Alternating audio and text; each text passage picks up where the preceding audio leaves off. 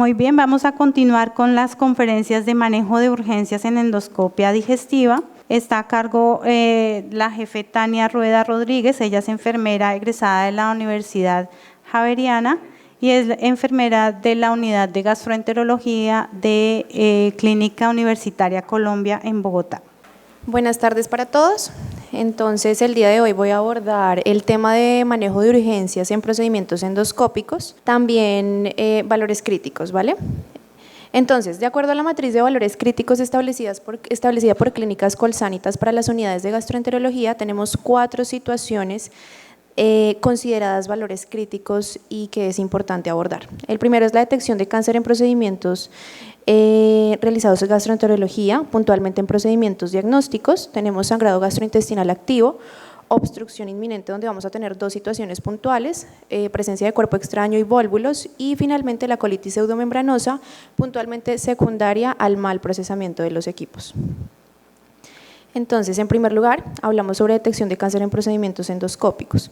¿Cuáles son esas características de las lesiones neoplásicas que desde nuestro conocimiento como enfermeros y enfermeras debemos tener en cuenta?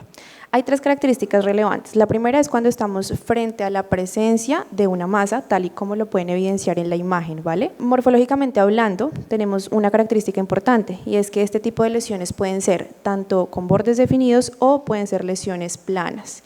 Y hay otra característica muy propia de este tipo de lesiones y es que cuando el médico especialista nos da la indicación de tomar la biopsia, este tipo de lesiones suelen sangrar fácilmente al contacto con la pinza de biopsia. Esto también se denomina, no sé si han visto en los informes que ponen friables, franqueables, bueno, esto hace referencia, es que suelen sangrar fácilmente. Hay una característica bien importante que debemos tener en cuenta y que nos ayuda a complementar e ir direccionando el manejo de este tipo de pacientes y es la anamnesis.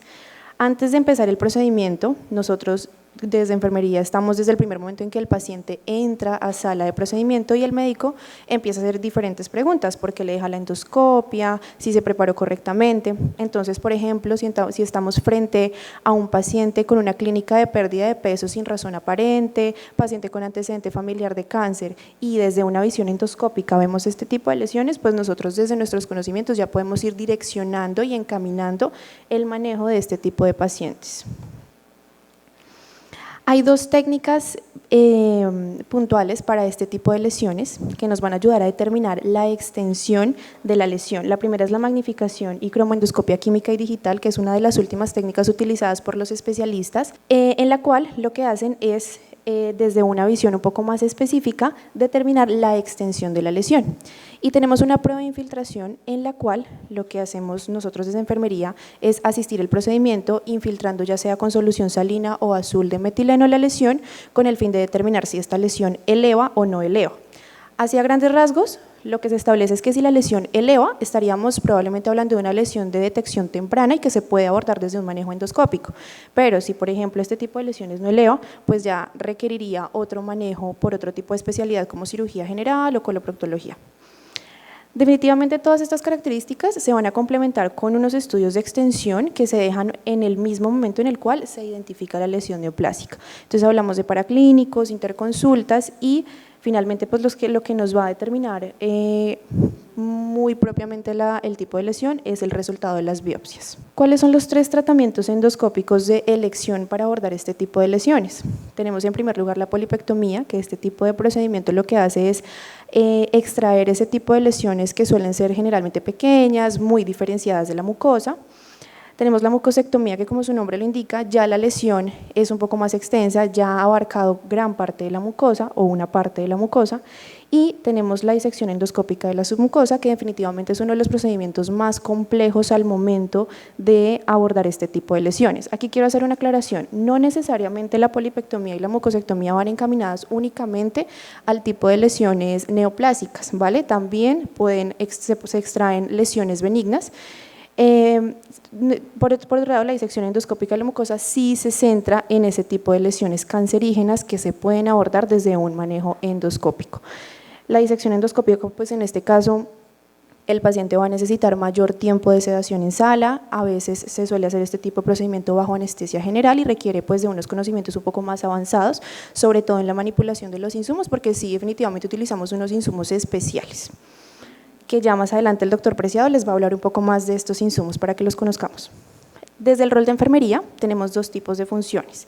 La función asistencial, como les mencionaba anteriormente, asistir el procedimiento terapéutico y tener una correcta utilización de los insumos, saber manipular los insumos que se necesiten en cada uno de estos procedimientos.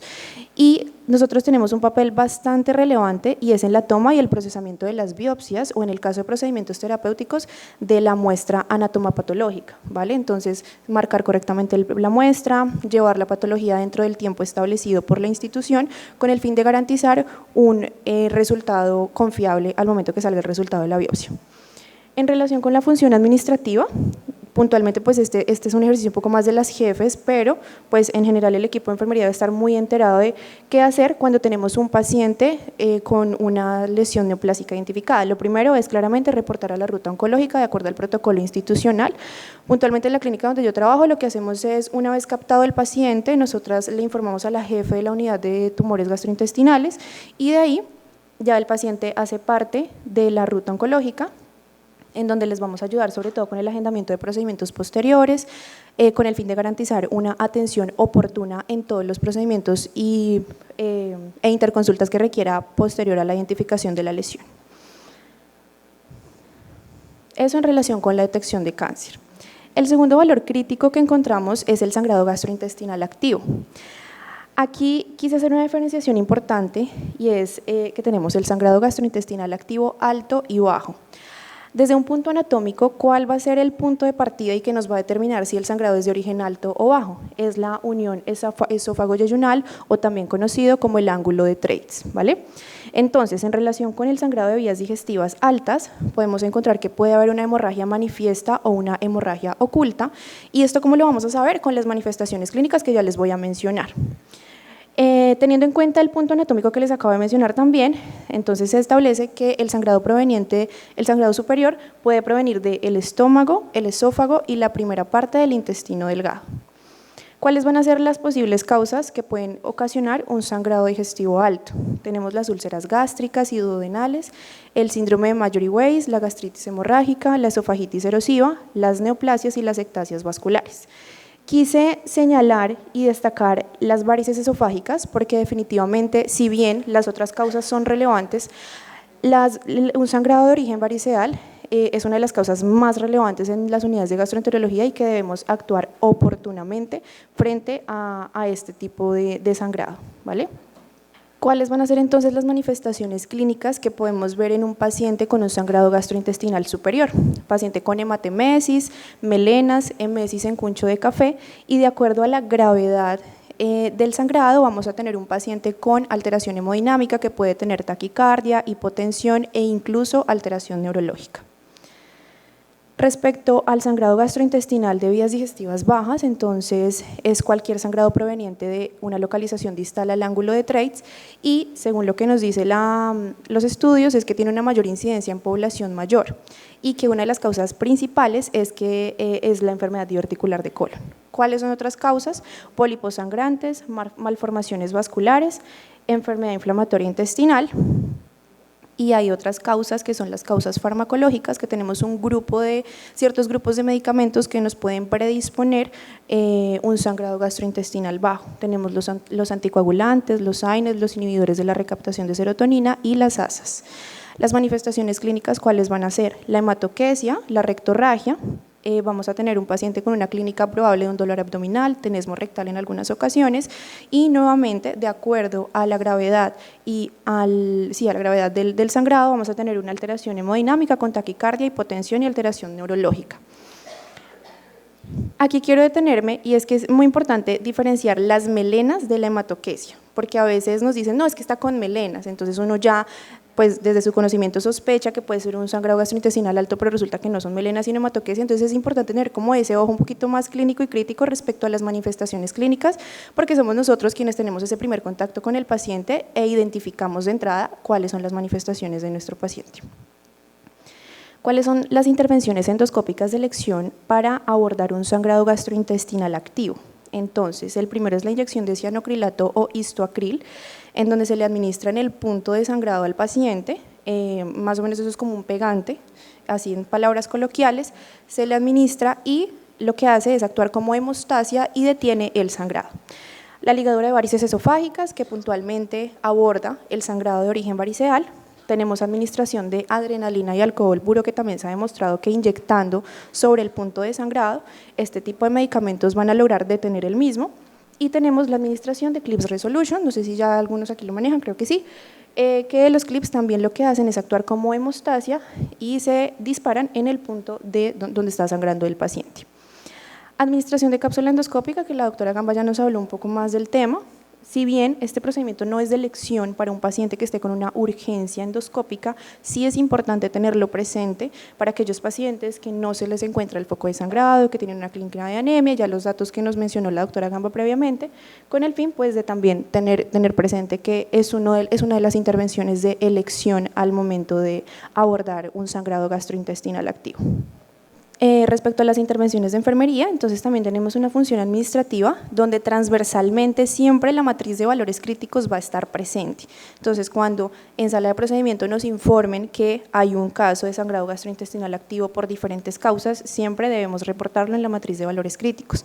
Asimismo, pues aquí depende mucho si es un paciente ambulatorio o un paciente hospitalizado de urgencias, pero en el caso de un paciente hospitalizado de urgencias, pues se debe reportar el valor crítico al servicio de origen, al médico tratante, con el fin de que establezcan el tratamiento pertinente, ya sea farmacológico u otra conducta. En relación con el paciente ambulatorio, pues esto va a depender del estado clínico, si requiere o no manejo por urgencias posterior, y registrar, como les mencioné previamente, matriz de valores críticos. En relación con la función asistencial, entonces, monitorización de signos vitales, valoración neurológica continua, acceso venoso permeable, pues generalmente e idealmente 2, reserva de sangre y transfusión, si el paciente pues requiere la transfusión, reposición de volemia y administración de medicamentos. Claramente que todo esto depende de la pertinencia de cada uno de los cuidados de enfermería. En relación con la obstrucción inminente, entonces la primera situación que vamos a ver en esta urgencia es la presencia de cuerpo extraño, que creo que también es bastante común encontrarla en las unidades de gastroenterología. Según lo que nos dice la literatura, es que es una de las urgencias más prevalentes de la especialidad y hay un factor bien importante y es que la necesidad de extracción va a depender de la característica del objeto. No es lo mismo extraer, por ejemplo, una moneda que aquí, no, lo quité, bueno, una moneda que, por ejemplo, no sé, un hueso de pollo o alguna espina de pescado, exacto. ¿Cuáles van a ser las manifestaciones clínicas? Entonces, disfagia, tanto para sólidos como para líquidos, odinofagia, el paciente va a referir, pues, en efecto, sensación de cuerpo extraño, dolor retroesternal y generalmente a este tipo de pacientes se les toma una radiografía con el fin de confirmar la presencia del cuerpo extraño. A veces, la radiografía nos permite confirmar en efecto que hay presencia de cuerpo extraño, a veces no, pero sí es un factor importante a tener en cuenta al momento de establecer este diagnóstico. La otra situación es el vólvulo, que es también una de las urgencias más importantes de abordar y de abordar sobre todo oportunamente. ¿Qué es un vólvulo? Es la torsión del intestino grueso sobre su eje mesentérico. ¿Cuál es la importancia de abordar esta urgencia de manera oportuna? Si pues no lo hacemos, lo más probable es que haya una necrosis del tejido por la falta de oxigenación y de irrigación sanguínea. Entonces es importantísimo siempre, desde que nos informen que hay presencia de vólvulos, informar al especialista que esté con nosotras y allí pues derivar todo el manejo endoscópico. ¿Cuáles van a ser las manifestaciones clínicas? Distensión abdominal, vamos a tener un paciente que nos refiere dolor abdominal, estreñimiento. Al examen físico podemos encontrar un timpanismo percutorio y la radiografía aquí también va a cumplir un papel bastante relevante porque en la radiografía definitivamente se va a ver la presencia del vólvulo de una manera muy clara. En relación con las intervenciones de enfermería, entonces, en el escenario del cuerpo extraño, importante pues asegurar vía aérea, de acuerdo pues a la situación del paciente, monitorización de signos vitales y pues claramente asistir al procedimiento endoscópico. Y en el vólvulos, seguimiento de manifestaciones clínicas. Algunos especialistas consideran pertinente dejar una sonda al momento de hacer la devolvulación. En ese caso, pues nosotros como enfermeros tener un cuidado de la sonda que se deja colocada posterior al procedimiento y un acceso venoso permeable para paso de medicamentos prescritos. Y finalmente, el último valor crítico es la colitis pseudomembranosa puntualmente secundaria al mal procesamiento de equipos. Aquí quiero detenerme, y es que hace más de 10 años, pues en clínicas colsanitas no tenemos un caso de una colitis pseudomembranosa secundaria al mal procesamiento de equipos. Decidí pues mencionarlo porque todavía está parametrizada como un valor crítico en nuestra matriz de valores, pero ya no tenemos casos. Entonces, simplemente para mencionar que es la colitis pseudomembranosa, es una afectación inflamatoria de la mucosa del intestino grueso, que la causa más común es secundaria a un patógeno llamado Clostridium difficile y que la mayor incidencia es en personas de la tercera edad. ¿Cuáles van a ser las manifestaciones clínicas? Diarrea, dolor abdominal y síntomas sistémicos. Y las intervenciones de enfermería puntuales para este tipo de urgencia es el correcto procesamiento de equipos claramente, lavado de manos respetando los 5 momentos. En caso de tener un caso confirmado, es importante reportarlo a gestión hospitalaria de comité de infecciones, porque recordemos que Clostridium difficile pues requiere de un manejo antibiótico diferente y un aislamiento diferente. Y administración de medicamentos prescritos, ya sean antibióticos y demás.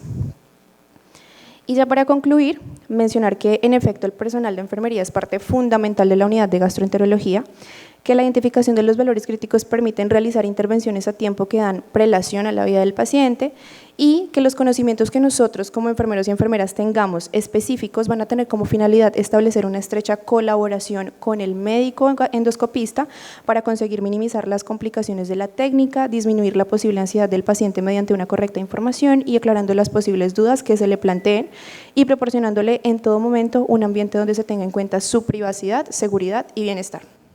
Ya, muchas gracias.